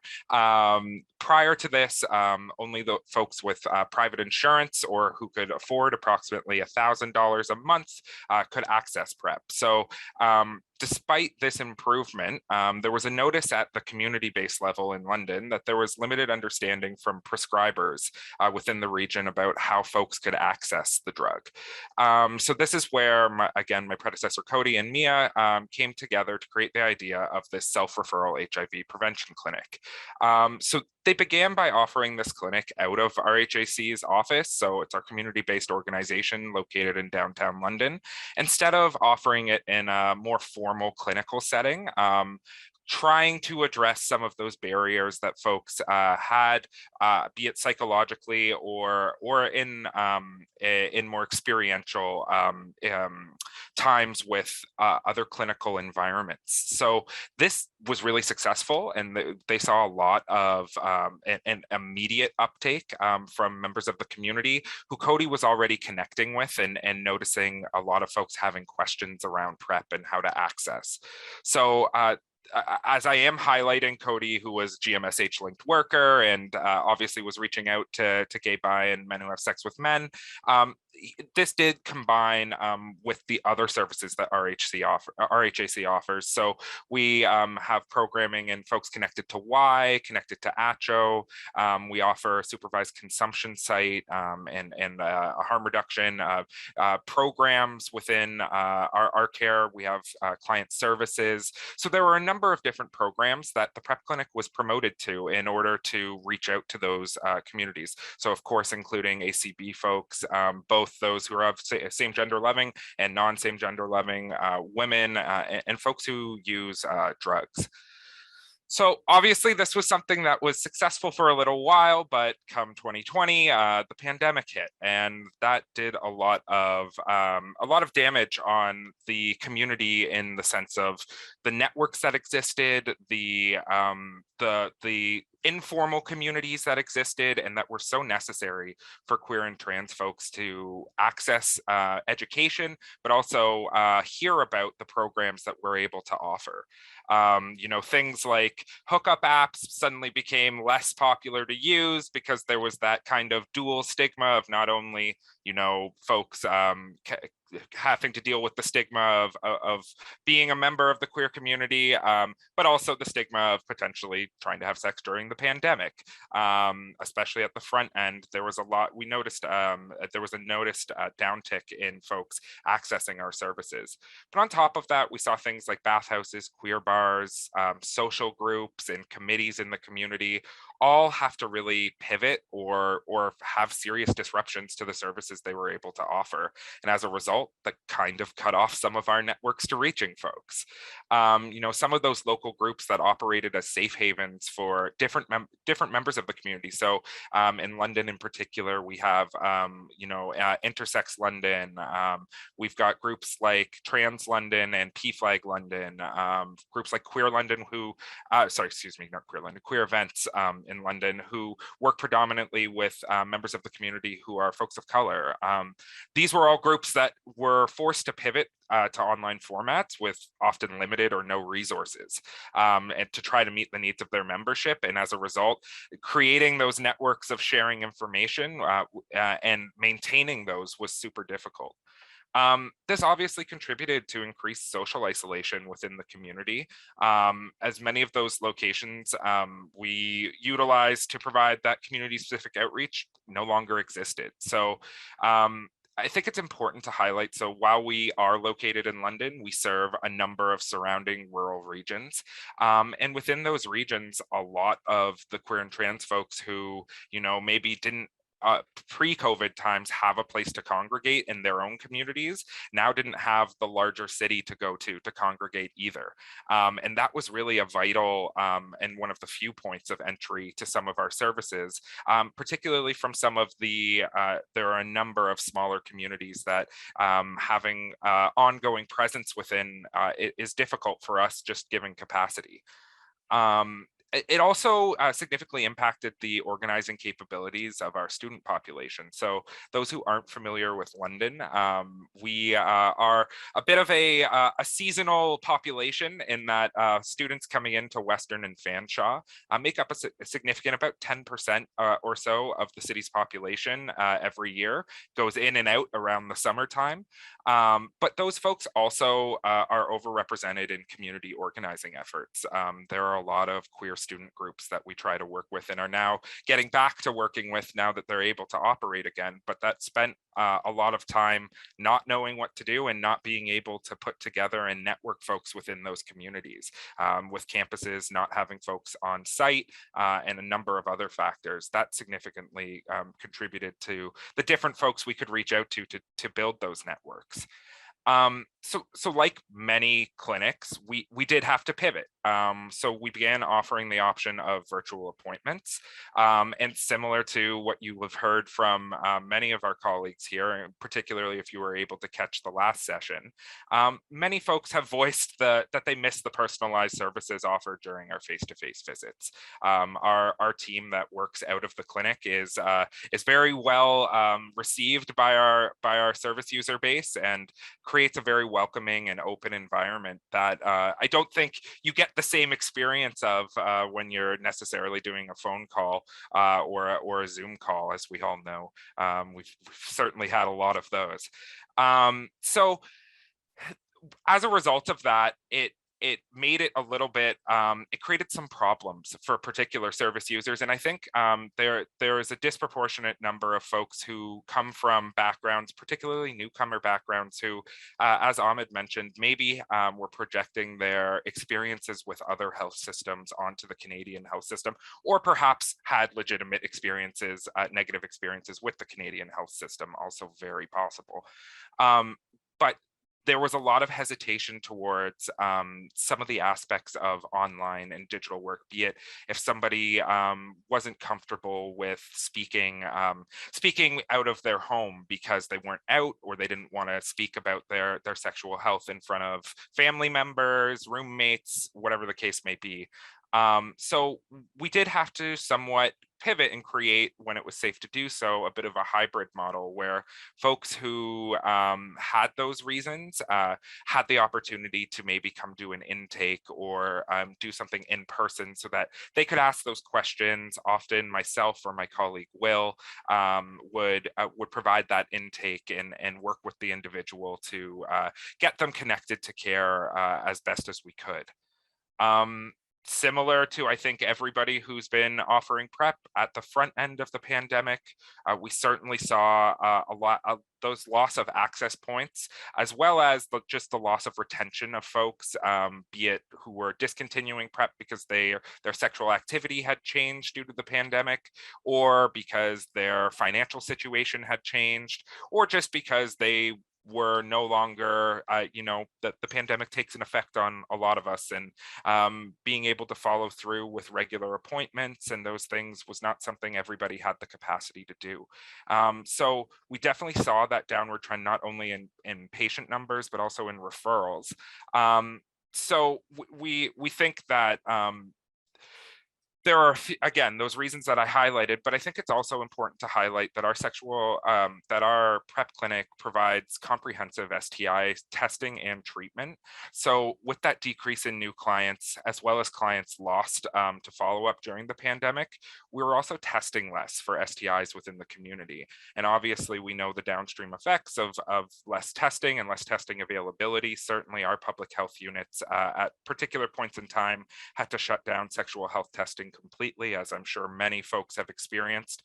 Luckily, some of those are back up and running, but it created a serious barrier for folks who were seeking testing during the pandemic.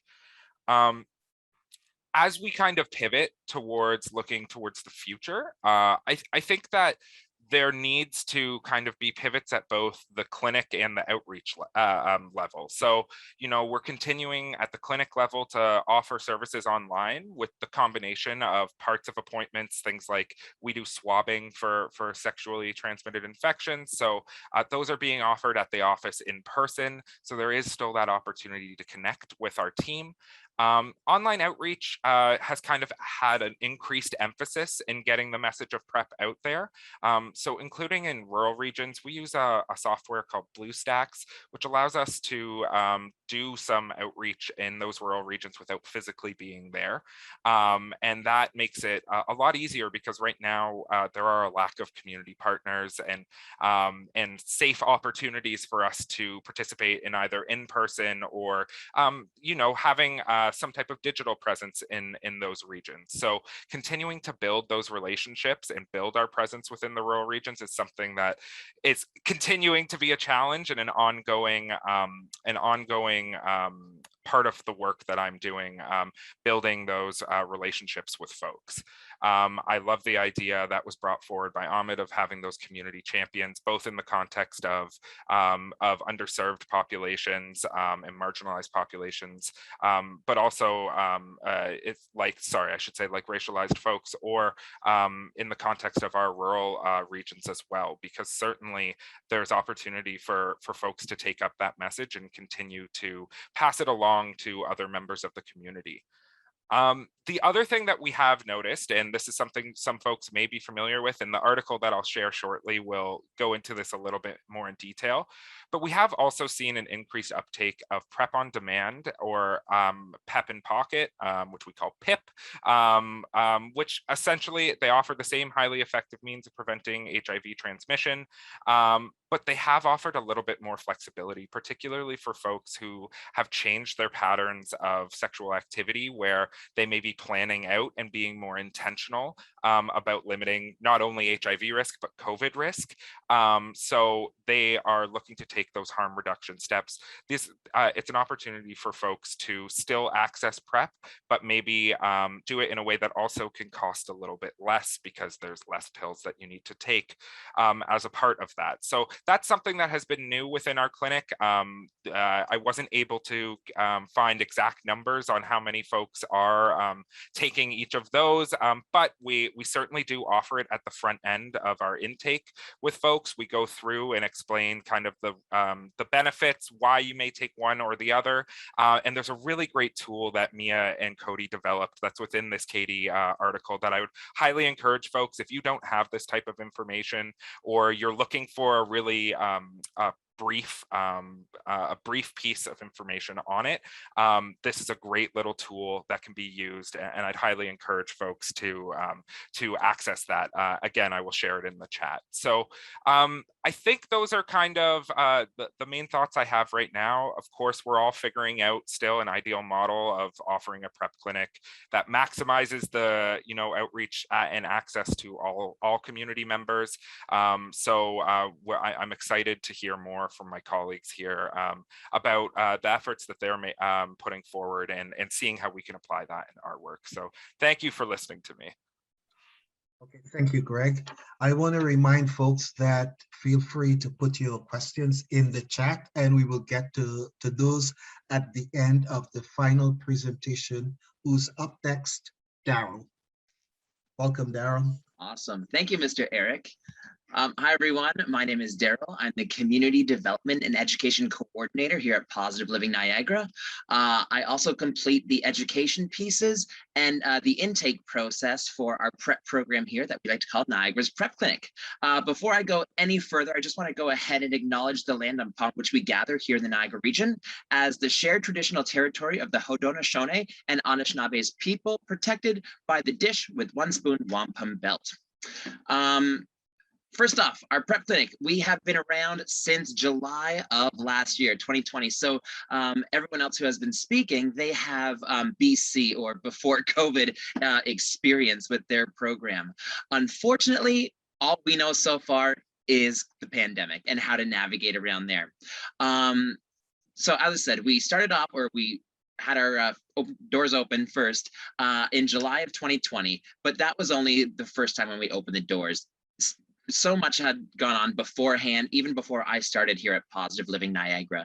And so much of the talks and so many discussions happened back in late 2019. So when I joined back in March of 2020, the ball was already rolling, but then it was really time to get the meat and potatoes and what we want to offer and how we can offer a PrEP program to the Niagara region. Now, originally, we did start off with myself and a nurse practitioner named Allison with the Niagara Falls Community Health Center. Luckily, or thank goodness, over the pandemic, our PrEP program became extremely popular. So within the last, actually, it's probably been 3 months now, or 2 months, we have actually added Quest Community Health Center to our PrEP program. So once again, adding more accessibility within the Niagara region. So a little bit about our process that we have set in place. Due to COVID, there hasn't been any, well, there's been a couple in-person interactions with some of our clients. Step one, if they were interested or if anyone was interested, they would go ahead and connect with me. I would be the first point of contact, no matter if the individual was being referred to from a primary care provider, public health, anything. I would be their first contact.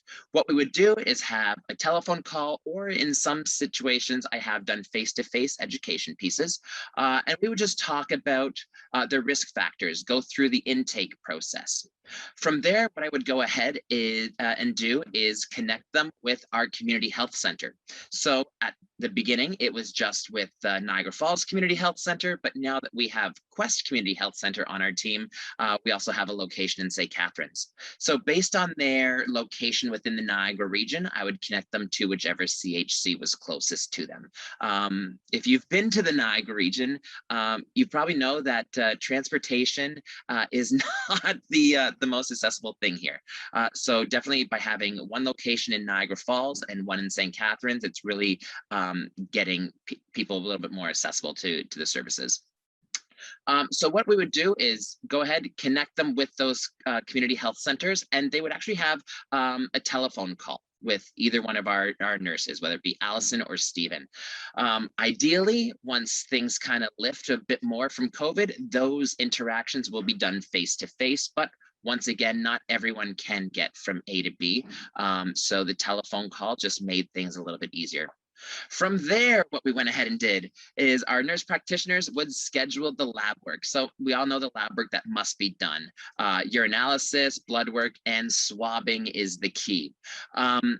They could either A, go to the community health centers and get everything done there, one-stop shop, or once again, to make things a bit more accessible, if there's a Life Labs or whatnot around the corner from their house, we would go ahead and have the requisition put through there. Unfortunately, Life Labs doesn't offer the swabbing portion of the testing. So what I would do is deliver it, like Uber Eats, but for swabs.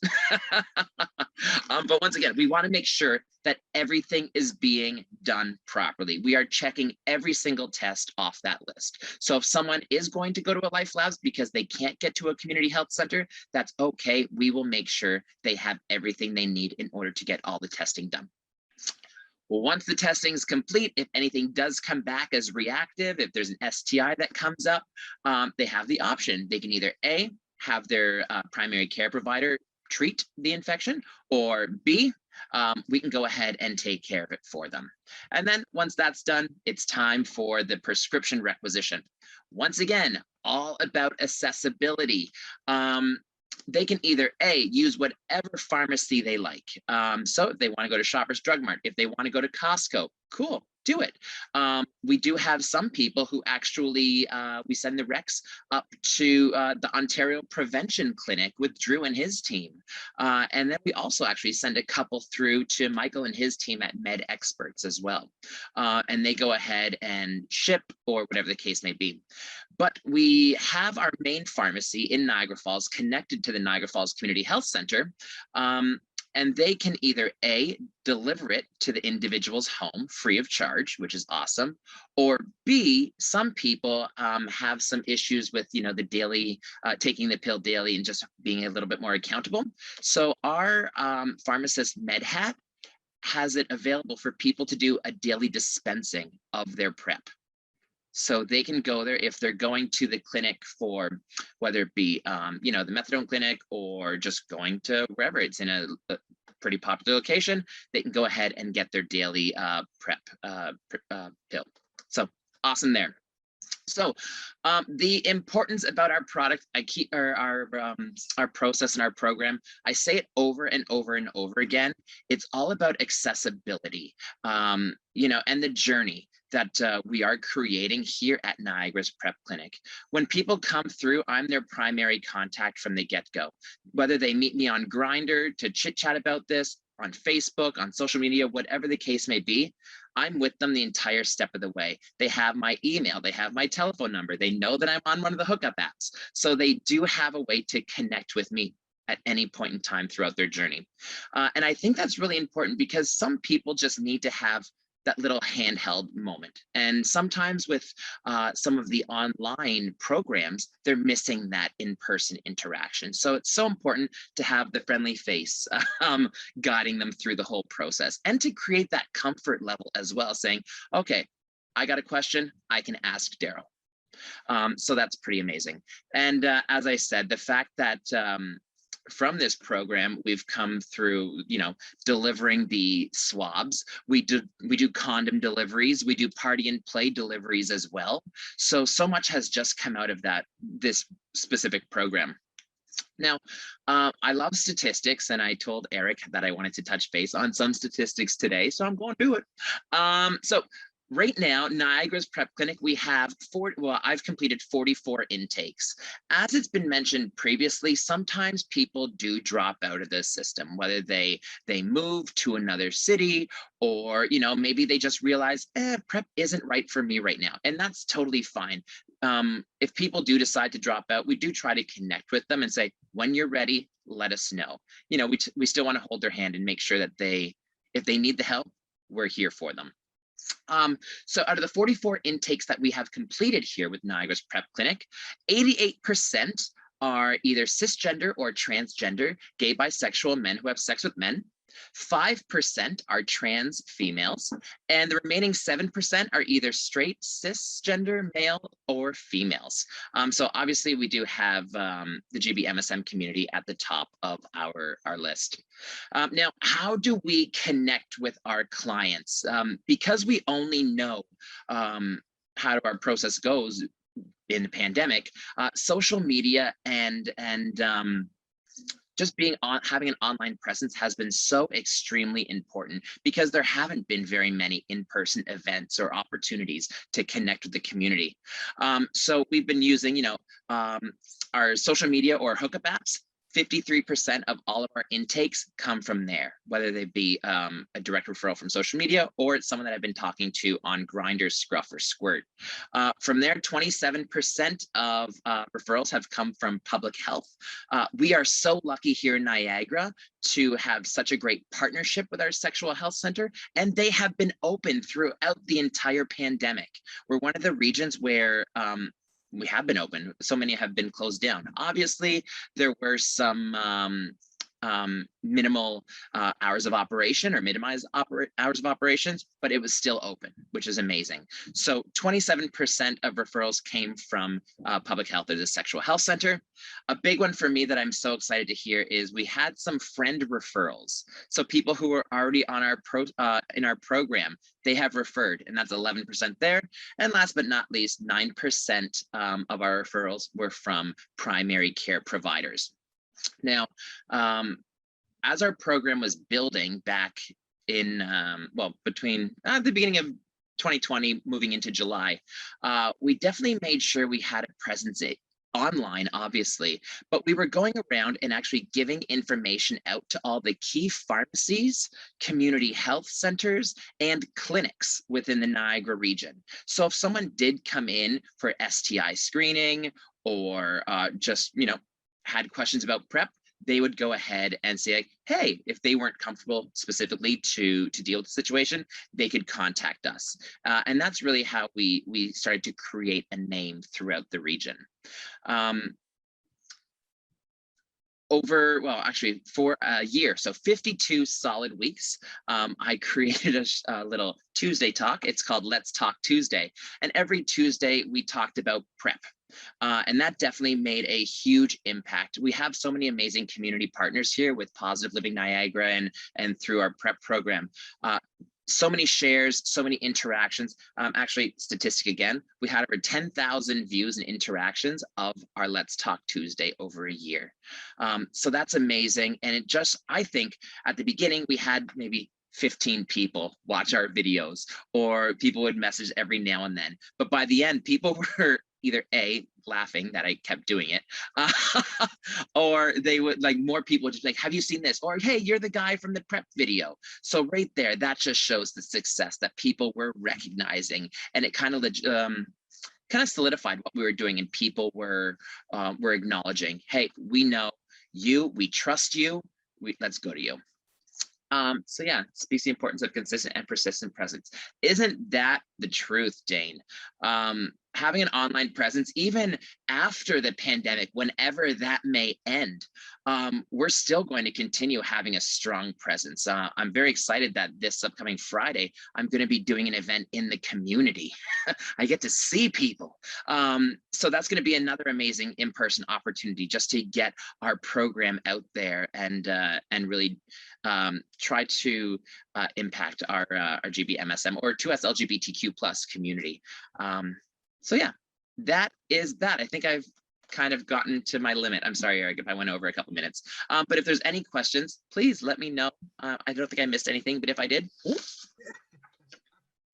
Thank you so much, Daryl. It's always wonderful when we hear from you. But so thanks to all the panelists. We heard a lot of, I think we had some really robust information here, because we get to hear a little bit about some of the populations that are being impacted during COVID, especially in London area, international students. We are hearing a little bit about some of what ACB, Same Gender Loving Men, are saying out of Ottawa. and with Daryl, and did this amazing work with these swabs, this home drop-off, what do you call it, Uber swab? Great. It's like Uber Eats with swabs, Great, you know. great, If there's great, pizza that comes with it, even better. great, great. But my one question is, how are they collected, respecting public health guidelines and so forth? How do you collect those swabs, or are they dropped off somewhere? Yeah, so if the individual isn't directly coming to one of our community health centers, I would go ahead, drop off the swabs to wherever they want them dropped off, whether it be their house or, you know, their work. It's happened. You know, when they do go to Life Labs, oh, I wish I had one here. I mean, I could show you. We have a little QR code that comes in the bag. So the individual can go ahead, do the swabbing themselves, you know, zip everything up, close it off. And then when they do their lab work at the Life Labs, everything is there and they can give it to the phlebotomist or whomever is dealing with all of the recs. Okay, great. Okay, thank you. Greg, you mentioned briefly about that lots of your folks who are in rural areas about, I think it's called BlueStacks. Can you expand a bit more about BlueStacks so we get a full understanding how you're still interacting with folks rurally? Yeah. Yeah, absolutely. So for those who aren't familiar, BlueStacks is a digital emulator software. Essentially, it lets you mimic an Android phone on a desktop computer. And as a result of being able to do that, you can run things like Grindr, other apps that you would run on a regular phone to do online outreach, but you can also fake your location. So one of the things that makes that very convenient for me is that I am actually technically right now not based out of London, I'm based out of the GTA. So for me to do online outreach is a little bit difficult at times because a lot of the geography-based dating apps would have me in a region that is not my service area.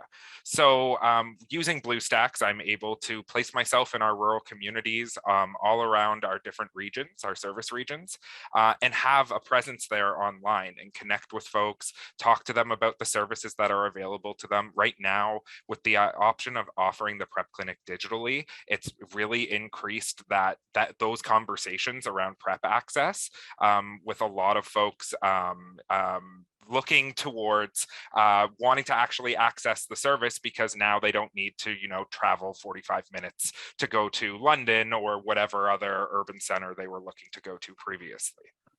Oh, real? Okay, great. I saw Dane put something in the chat that we could have. Yeah, I'm so like, tell us more. Another session, BlueStack session. But absolutely, would love to. I mean, for folks who have the huge catchment areas, like you can't be in like, you know, can't be every gay in the village. So I think that's really, it sounds very helpful. Okay. I know that during this pandemic, all of you here have been able to become super creative. You have developed some real innovative ways of continuing to be present in our spaces, and I'm talking virtually.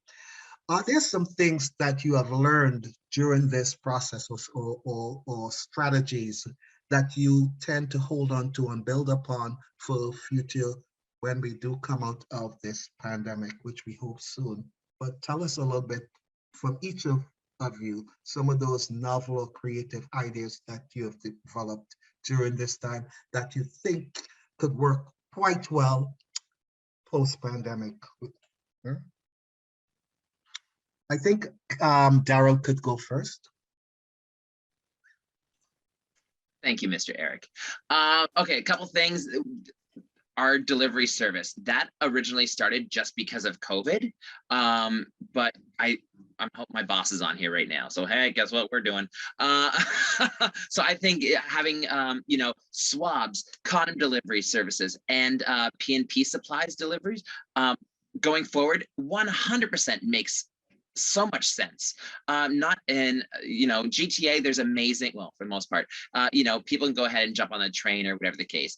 In Niagara, just to go from, I'm going to say one end of St. Catharines to Quest, our CHC, it can cost them easily $45 or $50, and people don't have that. So if we can go ahead and get things to people in order to assist with the testing process, that will 100% work wonders. Ahmed? Yes, absolutely. I mean, one of the things that we've been doing since the pandemic started was also doing hookup app outreach. We have presence on sort of the main ones, Grindr and Scruff, and BBRT and Squirt, and I think there's one more, but I forget. But the engagement in those apps, because I was doing sort of that work when I first started at Max, was a lot of the requests were about getting access to services in remote areas. So we also had kind of a software that helped us sort of geoposition us in rural areas, because we serve the entire Champlain-Lynn, so it's Ottawa and surrounding regions, and people really needed access to sexual health services, but also to harm reduction supplies. And thankfully, we have a really robust harm reduction system here, and we do deliveries and we do free mailings as well. So we were able to take supply orders directly from the hookup apps and just sort of apply them to we can link them to the supply order form, but also depending on your interaction, they had a couple of interactions where the person sort of, whether there was a language barrier, and going through the order form wasn't necessarily the easiest thing, but there are a lot of elements that I think we're definitely going to continue building on. Our harm reduction supplies order form right now is actually become even sort of better, more automated, with links to get a kit so that people can access, as they're looking through the harm reduction supplies, sexual health prevention supplies, they can access free self-testing kits, free COVID testing kits. They can get all of those things delivered to them for free. Great, thanks, Ahmed. Greg? I know if you can get more amazing than BlueStacks, let us have it. I was gonna say the one that already encouraged people to want a whole other session I've already used. So yeah, no, BlueStacks is certainly one that I would say that we would continue to use. Again, of course, as we would get into in another session, there are of course advantages and disadvantages of that particular program, but it has certainly added a lot of things. The only other thing I would highlight, as I know we're running out of time, is just taking the time to explain to folks at the front end of intake the different forms of PrEP, the idea of taking PrEP on demand versus PrEP daily, talking about PEP in pocket, and just making sure that we're equipping folks with the necessary information to have those conversations. And again, I'll highlight the tool that's within that article that I shared previously that really does kind of ask the key questions of what types of sex folks are having and what types of potential risks they have to make those decisions and make a decision that works best for folks moving forward. Yeah, great. Thanks, Greg. Greg, I'm happy you brought up those variety of prescription patterns. However, from your work and from your perspective, dealing with flexibility and meeting folks exactly where they are, when would you say you would recommend PEP to someone as opposed to daily PrEP or on demand? Just share with us briefly when For you sure. would make those. Yeah. For sure. So within our clinic, we typically ask a kind of a series of questions, an idea around how folks are with taking pills, if they have concerns with, adherence to taking a daily medication. That's something where we may look towards an on-demand or a PEP. Talking about the types of exposure. So we'll typically ask, do you often know when you will have sex? Will you remember to take PrEP before and after sex? Or are you somebody who, you may only have 2, 3, maybe 4 exposures within a year, potential exposures. Maybe something like PEP in pocket might make more sense for you to have. It'll cost you less money. And so there are a number of factors that we take into consideration as a part of that holistic assessment of what the right path is for someone. Great, thank you. Folks, I know that we have 2 more minutes, but we are making an executive decision and take back our 5 minutes. So I want to turn this over to Chris. I think, Chris, you have a question?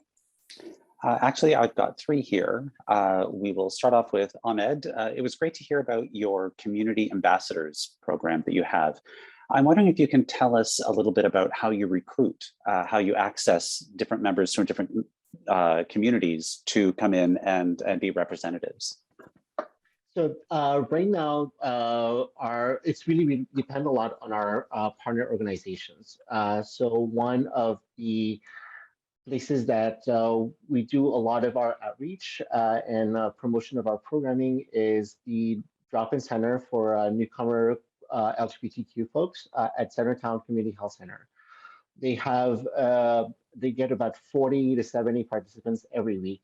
So Max is there every week, and we actually host a monthly program with them called PreExposure. And that's sort of where we've been present in that community for quite a while. So we get a lot of feedback from that community of a lot of volunteers, a lot of people who are really interested in the concept of being community ambassadors. And we've right now sort of started implementing it through our PreExposure program by giving community members who are interested training in program facilitation and development. And we let them decide, in terms of sexual health, what do you feel like your community wants to know? What is the thing? So you, as a member of that community, what do you want to build? And we give them the tools to do that, and we give them the space to deliver that workshop and to sort of continue building on that if they want to. Excellent, thank you so much. And the next question is for Daryl. Aside from marketing your Uber swabs, I'm just wondering what the uptake is on people who are accessing the daily dispensing. We only have a couple, to be completely honest. I believe 2 or 3 individuals. And I actually was able to do outreach to them or connect with them. Every Thursday, I'm actually at a methadone clinic, and that's at that same pharmacy. So those people would go in, get their methadone, and then they can also do the daily dispensing with our pharmacist. Excellent. Thank you. Yeah, so it's not hugely popular, but the option is there, and it's pretty amazing that our pharmacist was the one who actually came up with that option. So I was like, good on you. So yeah. Excellent. It does show good engagement from the pharmacist or buy-in from the pharmacy. Absolutely. He was very adamant about, he didn't matter. It said anywhere in the Niagara region, if I need to have my driver go and bring them their prescription, they will drive anywhere within the Niagara region. So from Fort Erie all the way through to Grimsby, Beansville area. That's a lot.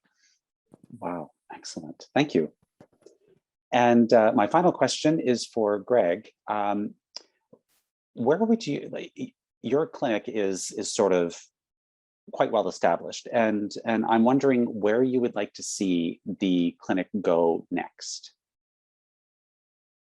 Yeah, I think for me, one of the main priorities coming out of our clinic, I think there's the priority of my work, which is to continue to expand our presence into the rural regions and try to continue to reach folks there, continuing to tap into the wonderful network of information the GMSH has put forward and all of our partners here around reaching different communities. So looking at ACB, same gender loving guys, making sure that we're reaching Indigenous folks within our community.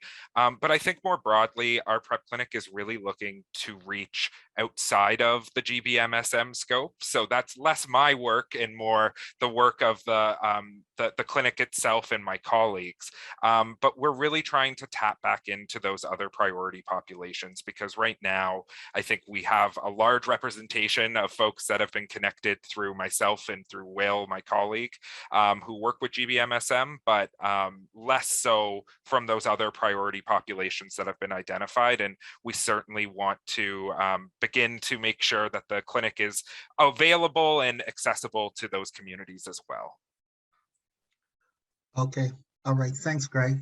Thanks for those who have decided to stay back for the extra time. We do appreciate it. I want to thank my co-moderator, Chris, all the panelists, Greg, Ahmed, and Daryl. And Daryl, is always fabulous working with you. So to you, Greg and Ahmed, it's wonderful. This has been a really powerful session, because I think we were able to start to see how the shift is happening on the PrEP terrain, because you guys are tilling the soil and making it really great, especially with those partnerships that both happening in London and Niagara region. And I hope that you don't bill us for gas money for your Uber swabs thing, but it was great and it was wonderful. Thanks everyone for staying back, and have a good evening. We look forward to seeing you guys on Friday.